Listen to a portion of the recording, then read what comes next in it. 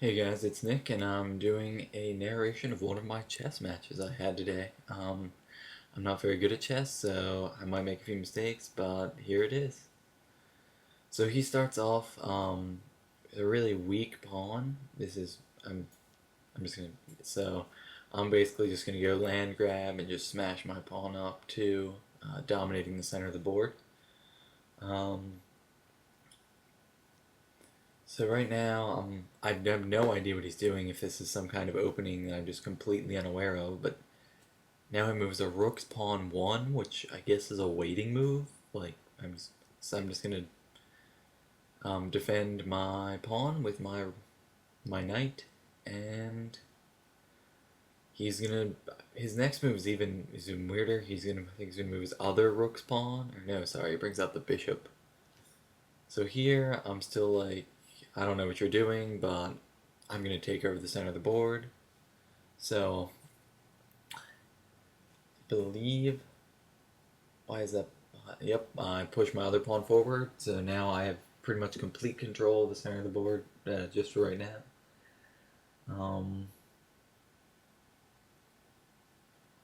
I believe, so this, I have no idea what he's doing. Like, I guess either I don't play enough chess to have seen this, or he's just kind of like messing with me and doing really weird things. So now I bring out my other knight, just continue developing, really get a solid presence over the entire board. I don't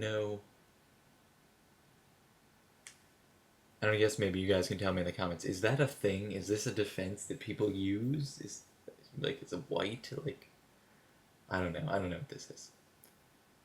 So he's moving his pawn down. I'm still confused. I have no idea. So I just continue developing. Develop my bishop to again put more support for those center squares. And he brings out his other bishop, so it looks like he's going to start pairing up his bishops. Um, Still not a huge threat. I mean, he's no control over the center of the board. I mean, I guess he has one pawn. His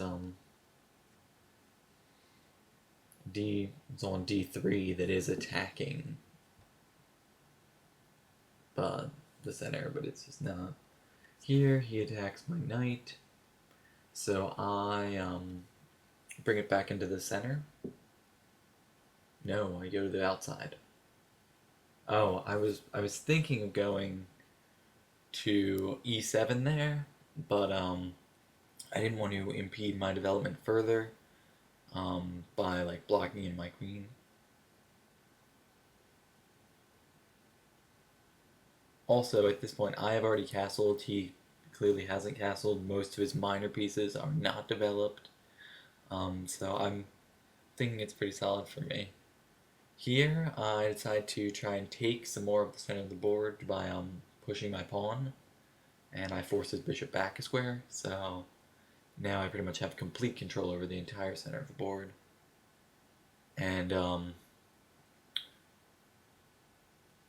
yep, now I just push my pawn forward to stop him from further attacking that pawn structure on the right. And he takes my rook, I take his bishop. Now this kind of is going to play into the rest of my game because having... I prefer to either have both my bishops or both my rooks, so I tend to value my bishops more highly than my rooks once I've lost one.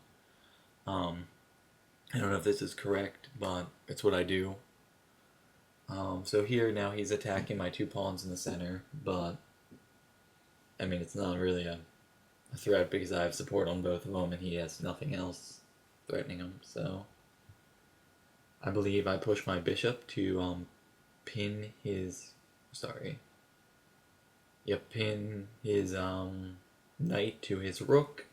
However, he's just going to push down his queen's pawn and force my bishop back. So he's starting to show a little bit more control over the center of the board, but his king still isn't castled.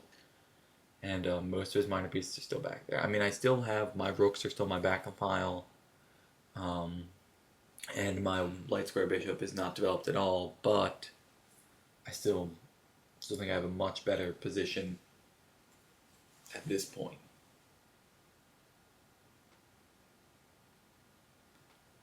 So yeah, there you just see me retreat. He pushes his rook's pawn forward one more square, I guess to defend the pawn on b5, but maybe there was a threat there I didn't see, so I'm going to move in here with my bishop and have an absolute pin on his knight to his king. He pushes his queen down to unpin his king, just I guess so he can move his knight, but now I'm pinning him to the queen and the king, so while it's not as strong, I feel like it's still a pretty solid pin.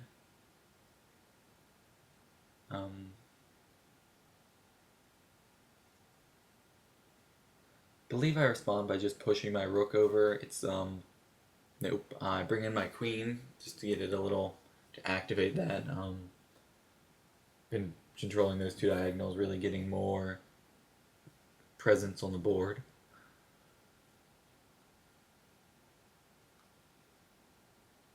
And then, sorry for all the waiting. I recorded this live, so this is the actual footage from the game. It's got all the thought time in it. This is chess.com, by the way. My account name's Nicade. My rating is horrible because I was trying to play on my phone, and after about 2 moves, we kept disconnecting, and then I kept forfeiting matches. So I was like in the 900s, maybe a little bit lower, but I've been battling my way back up since this happened. So yep, see there, he pushes down his his other rook's pawn, and I just move my rook out to try and get a little more presence on the board, and I put some pressure on b5. He brings out his knight, and at this point I see that my bishop can take his knight, but like I said, I value my bishops more highly because I already lost one of my knights. So I'm just going to wait, and I didn't really have anything I wanted to move here. I believe I moved my knight on f6, but I'm not sure. Or I may just retreat the queen. Nope, I moved my bishop to provide further support to my 2 pawns in the center, and clearly threaten his knight. It's really just to develop it and get more presence in the center. I don't know why this move is taking so long, but there it goes. I didn't really have anything to do at that point. I wasn't quite sure. And then this move is this is where I knew, or at least thought, that I had this game. Like, this is like he postponed castling for so long, and then right here I believe he castles kingside is the move we're waiting on, and he just does not have support on his kingside at all. He already has that rook's pawn pushed forward too. He has the 1 knight and the bishop, but other than that, his queen's trapped on the other side of the board.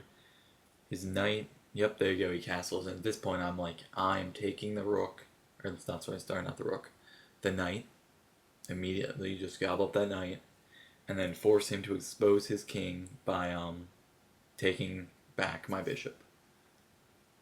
So now his king is just completely exposed. He has almost no support on that side of the board.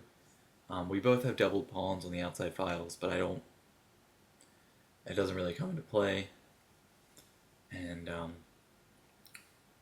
now I know all I need is my dark square bishop. So I'm going to be trying to maneuver around, give myself some space to really get over there and get the positioning for the win, for the checkmate. So here I've just pushed this pawn, really just to get it out of the way. I wanted more room to maneuver back on my side. He does take it. So I capture back with my bishop. So it's just a trade pawn for pawn, pawn exchange. And then this actually enables me to push my queen forward one, which then pins his knight to his rook. I mean, it's not really a pin, but so I take back. I think he might move his rook up or retreat with the knight. I mean, I just had this match, but I don't remember exactly what he did because at this point I'm just praying he doesn't move anything on that left side of the board because his king is completely exposed, and I know I can checkmate him in a couple of moves as long as he does not move any of those pieces.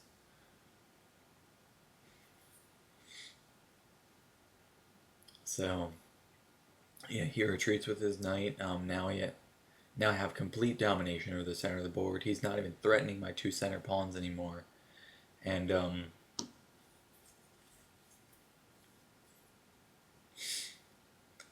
like I said, now I'm going to push my queen forward one to e5.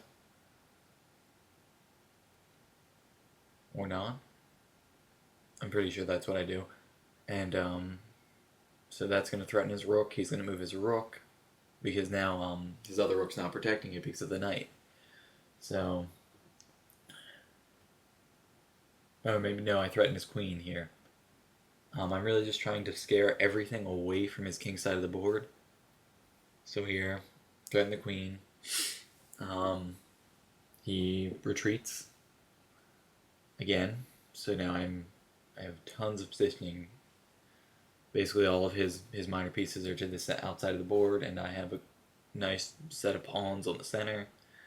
I said I'm really...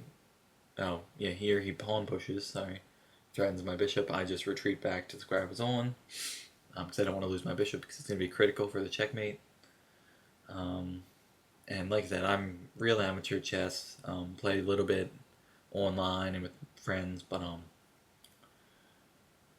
and I know some of the strategy, like castling, and I don't know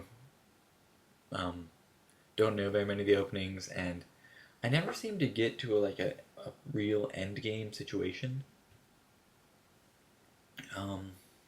But